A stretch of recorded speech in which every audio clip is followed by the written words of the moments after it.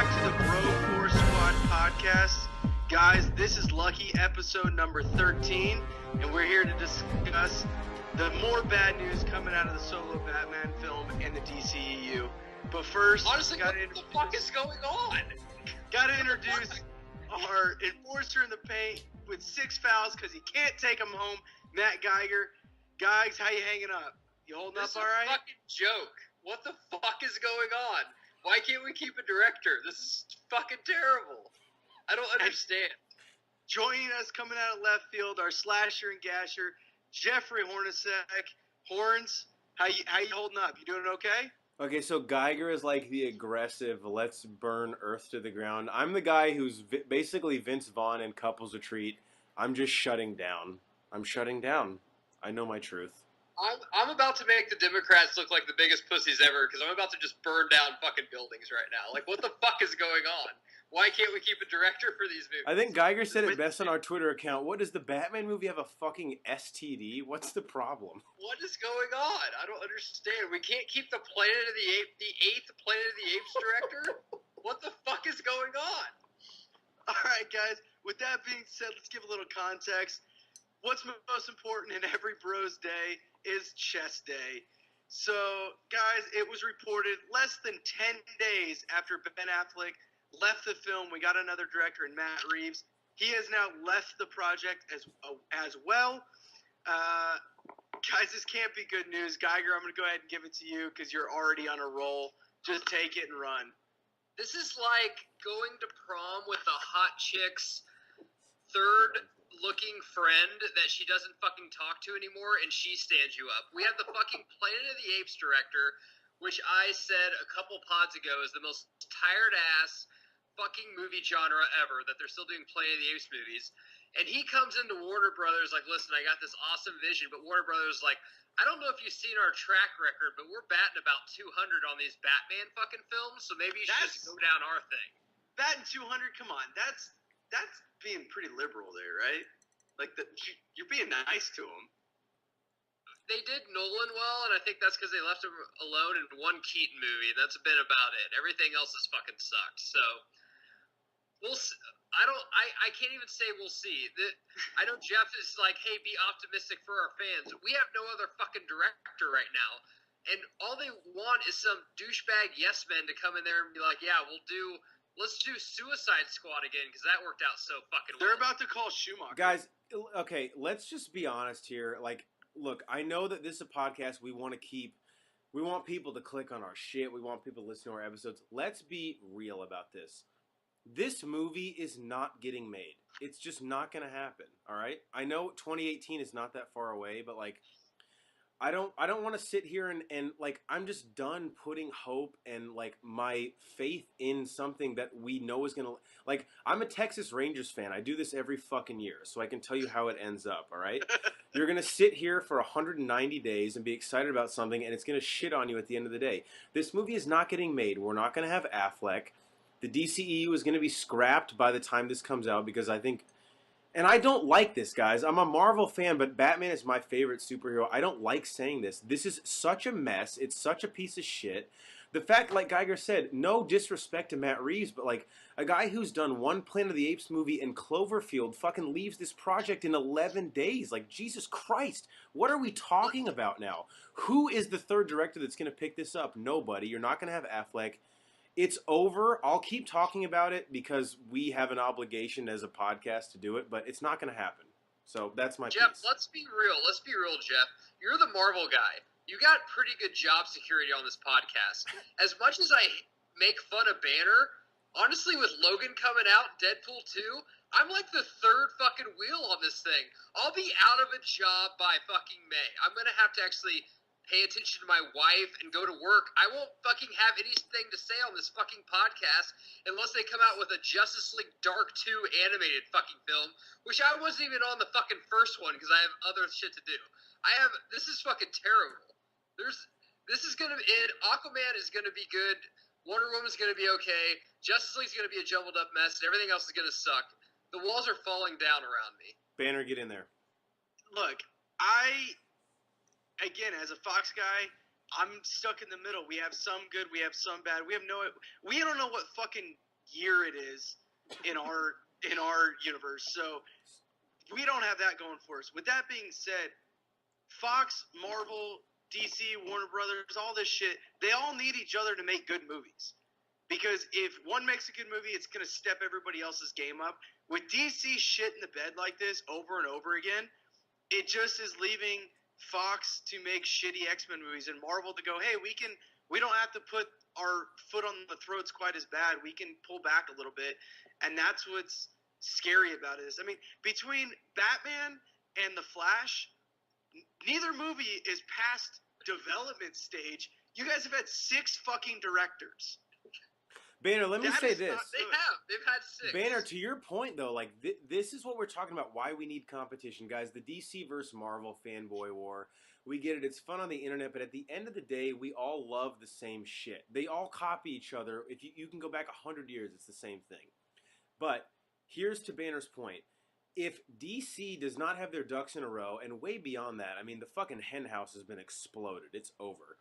What is the incentive for something like Marvel to try and buy Doctor Doom or the Fantastic Four back from Fox? There isn't one. We all lose as fans when these things turn to shit. And this is just sad, man. Like, I just don't get it. There is a fundamental problem at Warner Brothers and the DCEU. And for whatever reason, they're not learning from any of their mistakes. And it makes me sad as a comic book fan. And Geiger, I really feel for you because if this was Marvel, I would honestly be an emotional wreck. And I'm sorry, and I wish this worked out better, and I still hope things turn right, but I just don't have any faith anymore. I'm sorry. Last thing I'll say as a comic book fan, if you think you're a comic book fan and you're posting on social media laughing about DC or anything like that, I'll say this. I give Banner a ton of shit about the X-Men timeline, but if you ask me straight up what was my favorite animated series growing up, I will not say Batman. I will say the X-Men animated series was my favorite animated series growing up. So if you would ask me right now if I'd rather see a jumbled up mess fucking X-Men film so I could make fun of Banner once every month, or actually see a legit X-Men film true to the fucking comics in the animated series, I would take that all the time because I'm a comic book fan. Exactly, man. Everyone should be a comic book fan, and like Banner said, competition makes the other people step up, and if there's no competition, if DC fades away and Fox fades away, you're going to see Marvel's movies get worse too because they have no fucking competition. We need all of this stuff, and this is a fucking mess. I've tried to keep it together. It's like a bad marriage. I'm like, no, we don't fight that much. She fell down the stairs. All these are lies. This is a fucking mess right now. Guys, can I get I pushed that bitch down the stairs after I hit her in the head. This is terrible. Before I have to edit all that out. Guys, can I get a one-word answer from both of you? Is the DCEU done after this? Banner. No. Geiger. They'll be, after Justice League, it'll be terrible, and they'll have like 2 more movies, I think. I say yes. More than one. I say yes. My wife was just yelling one word to me, so. All right, guys. So, going from that, we were talking about DCEU is all She's about to jumbled fall up. down the stairs, if you know what I mean. We don't. Well, that was fucked up. She'll kick your ass. Who you kidding? Moving on, guys. After we do a chest day, we all know what we need. We need a good, nice, ice-cold protein shake.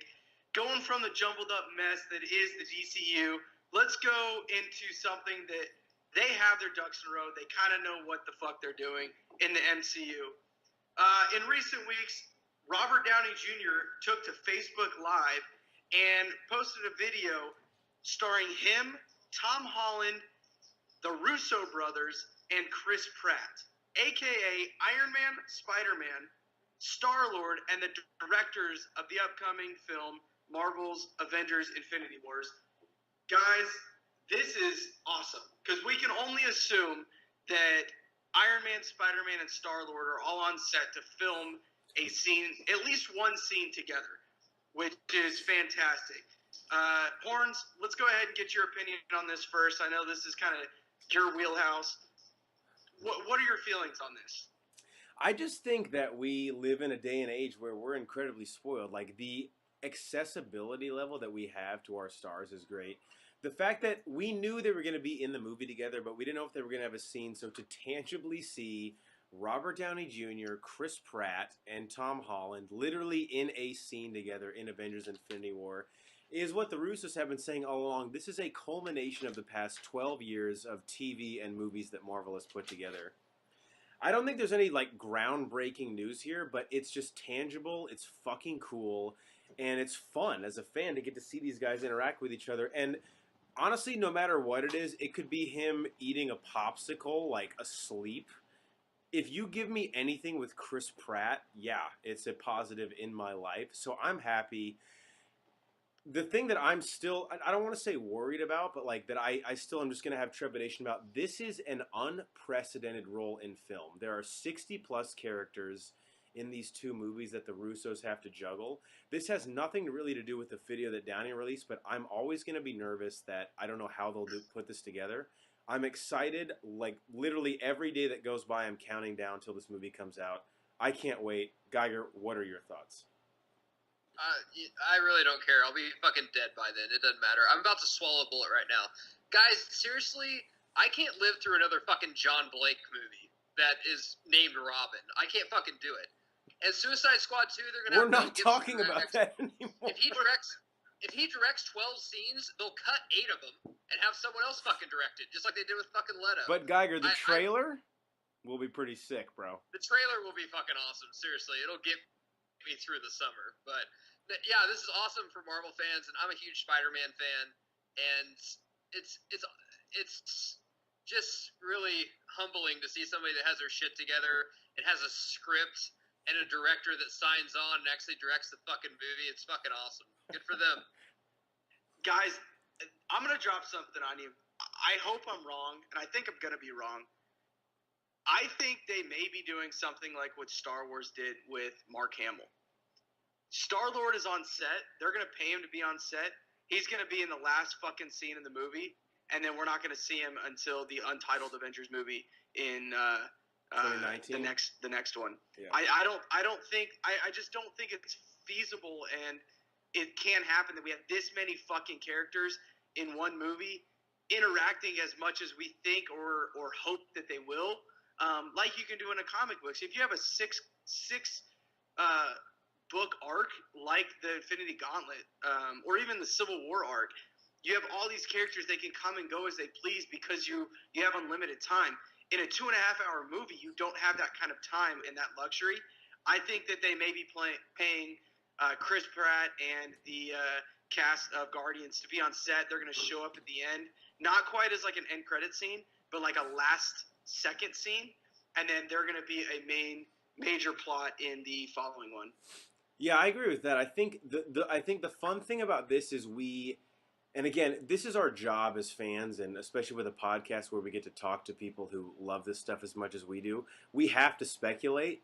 And if you look at the background and sort of the CGI around the set that they were on, it is clearly not an Earthbound scene that they're in. So I'm with you, Banner. This looks like something that's kind of the culmination, or maybe like the bridge, or like the gap filler between Avengers Infinity War Part 1 and Part 2. I know they're going to retitle those movies, but I'm with you. That's what I think we saw here. But regardless, anytime you give me Chris Pratt and Robert Downey Jr. in a room, they could be fucking making grilled cheese sandwiches, and I would watch it. So I'm in. 100%. I agree. Geiger, any last thoughts that has to do with the MCU? We're not talking you have about to talk the about DCU that anymore. You have nothing? I don't even know what to say. I'm humbled. All right. You sound like Kanye. Guys, I got a question for you then, Geiger. Do you even lift? You can lift, bruh. Bruh? You even lift? Bruh. Trying to lift this pain off my chest right now, yeah. Jesus Christ. All right, guys. Thanks, that brings good us Charlotte. Off my face. That's a good Charlotte lyric waiting to happen that never got written. That brings us into the last segment of our show today. Do you even lift, brah? This is the time where we like to interact with our fans. This one is coming from Lit, Arizona. Apparently, shit's going down there. Geiger, maybe you can get a little happiness if you take a short little trip over to Arizona. I don't know. He would just fucking bum Arizona out right now. I'm just going to start to do drugs. I'm going to get into that. That's a good idea. That's a great idea. You should definitely do that. His question is, what is a movie from your past that you wouldn't mind seeing remade today? I'll go ahead and start off, guys. I wouldn't mind seeing E.T. remade. Ooh, I know shit. I know it's a classic, but with technology today, I think that they could take that places that they just couldn't do back in the early '80s when E.T. came out. And I'd like to see another star-studded or another child cast kind of grow up, like we saw out of E.T. I just think there's a lot they could do with it, and just kind of revamp that because it's a classic. But That's a great one. Why not take a crack at it? Geiger, you want to go next? Yeah, I've been getting into westerns a lot lately. Been watching them a lot, and I would like to see Maverick remade with Mel Gibson. Wow. That's a good one. If you guys don't know, and I didn't know this either, but I watched it the other night. My dad informed me it was actually a TV show, and James Garner at the end was actually playing Maverick's dad. So if you haven't seen it, Yeah. Maverick, played by Mel Gibson, is just a smart-ass card ace in the Old West, hired gun. So I'd want Mel Gibson to be playing Maverick's dad, and who's a better smart-ass card ace to have than Ryan Reynolds? He'd play a fucking perfect Wow. Maverick. If I you can would see put that. that movie on there right now, it'd be very well done. Of course, directed by Mel Gibson, and Mel Gibson would be playing kind of the other role. The And anti-Semitic. the one thing we overall. haven't got from a Western in a while, the riverboat gambling scene when they had that poker party was fucking badass. So that's the movie I'd like to see remade. That's a great one. I would love to see westerns make a comeback. And I think Magnificent Seven has kind of set the stage for that. To be honest with you, Go back Geiger, and listen to our Magnificent Seven review that me and Banner did, and we both stressed that. It's like, Westerns need to be the new comic book movies. I would see those all the time. Totally They need agree. to bring those back for sure. Horns, what do you got? You got a good oldie for us? Yeah, so I'm going to Let's get burnt rap at a the little stake for this, but hear me out. And I want to see this remake not because I don't like the original, but because I love the original. And if you think about the premise of it, I would love to see it redone in modern times. And that is the original Back to the Future. So here's what I want to see. So listen. I don't know, bro. No, listen. I Hear don't me, know. hear me out, Let's hear Banner. about. Banner, hear me out. So the original Back to the Banner, Future. let's hear about. The original Back to the Future, Marty McFly's parents they meet up in Hill Valley in the late 80s, and they go back to the 60s, when his parents first met 50s. at the We go to Enchantment Under the 55. Sea dance, right? 50, yeah, it's 55 though. 55, that's right. They're the class of 55. So what I want to see is one taking place modern day where they could go back to like the early 80s or even like the late 70s, just because I think it's a great way as like a kind of a time capsule movie to let us sort of look back in revisionist history and see what were we like in this decade. Now here's the thing, Michael J. Fox and Christopher Lloyd are still alive, but they're both obviously not doing so well health-wise. They're legends in and of their own right.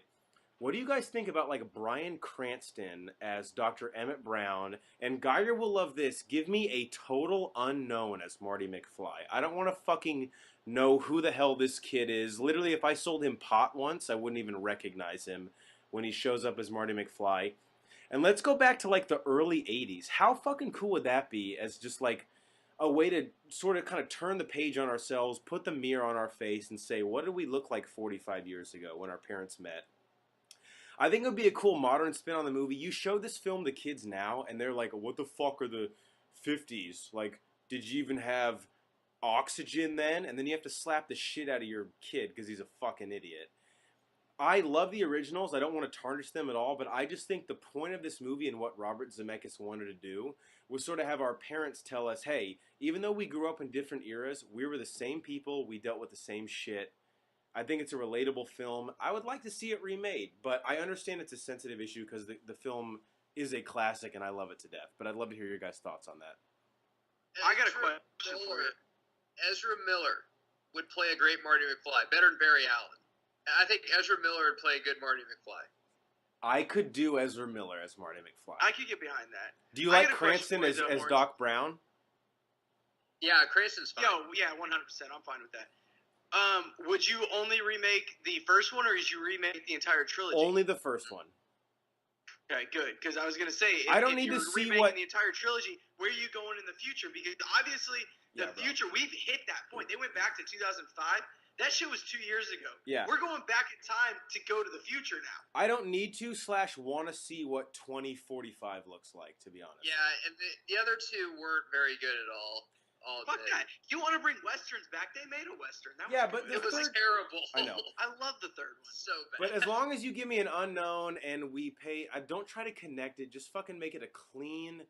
It's not even a reboot. I don't want a franchise. Just fucking give me a retrospective 45 years in the past. Show us how we're like our parents. That was the point of Back to the Future. The only problem with that is that movie has franchise written all over it. If they're All over it.